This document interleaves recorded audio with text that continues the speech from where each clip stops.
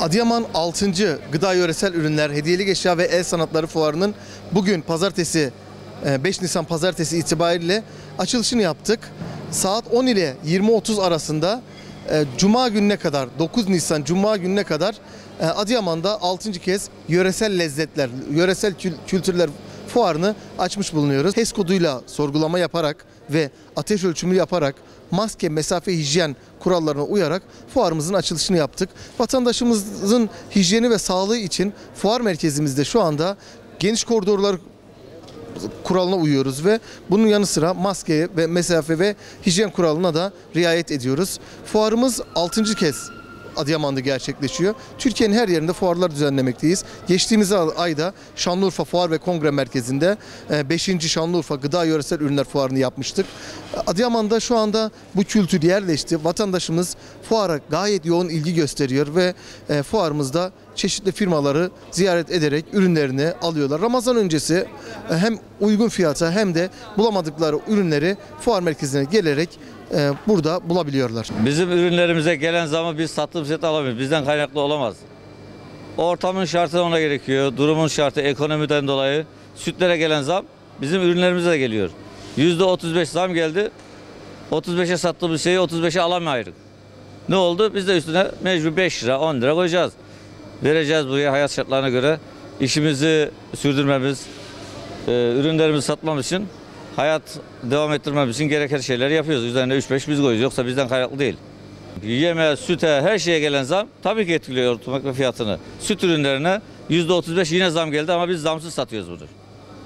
Evet. Yine %30-35 zam geldi. Şeylerimizi bekliyoruz. Vallahi onlar bizi kurtaracak inşallah. Yani bu arada beklentimiz bu hastalıktan dolayı pek ümitli değiliz ama inşallah iyi olur diye düşünüyoruz. Örneğin imalatçı olduğumuz için bunun için daha yakıcı bir şekilde bunu hissediyoruz. Aldığımız yağ önce yani geçen yıl 125'teyken şu an 175 oldu. Un 190 lirayken şu an 145 oldu. Yani gerçekten bunun rantçıların bizi de bayağı mağdur ediyorlar.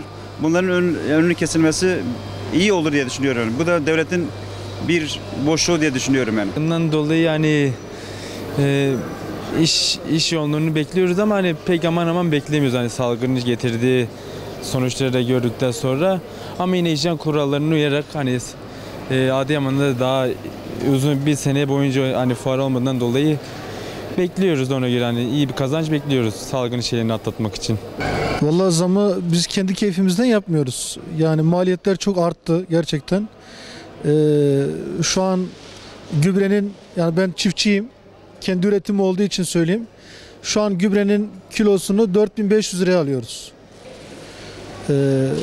Yemin torbası 130 lira, 140 lira. Yani arpa buğday almış başını gitmiş. Yani siz şu anda maalesef üretici olmaktan artık kaçınmak istiyoruz. Yani üretmek istemiyoruz. Çünkü maliyet kar maliyeti karşılamıyor. Fiyatları arttırmanın çiftçiyle ya da esnafla hiçbir alakası yok. Bence bunu daha üstlere bir sormak lazım. Bu daha çok hani maliyetlerden, bir de hani ülkemizdeki olan ekonomik şeylerden dolayı yani zam geliyor. Ama biz fuarcılar olarak hani elimizden geldiği kadar daha uygun bir fiyata satmaya çalışıyoruz. Fuardan beklentimiz, ilk defa katılıyoruz Adıyaman Fuarı'na. Biz Besni yöresel ürünler olarak ürünlerimizin tamamı kendi yapımımız, ev yapımı. Adıyaman halkıyla bu lezzetleri buluşturmak istiyoruz. Ramazan öncesi yani bu doğal lezzetleri, katkısız, koruyucu madde içermeyen ürünleri halkımızın sağlığında düşünerek bu fuarda bulunuyoruz. İnşallah verimli geçer. Hem bizim için hem Adıyaman halkı için.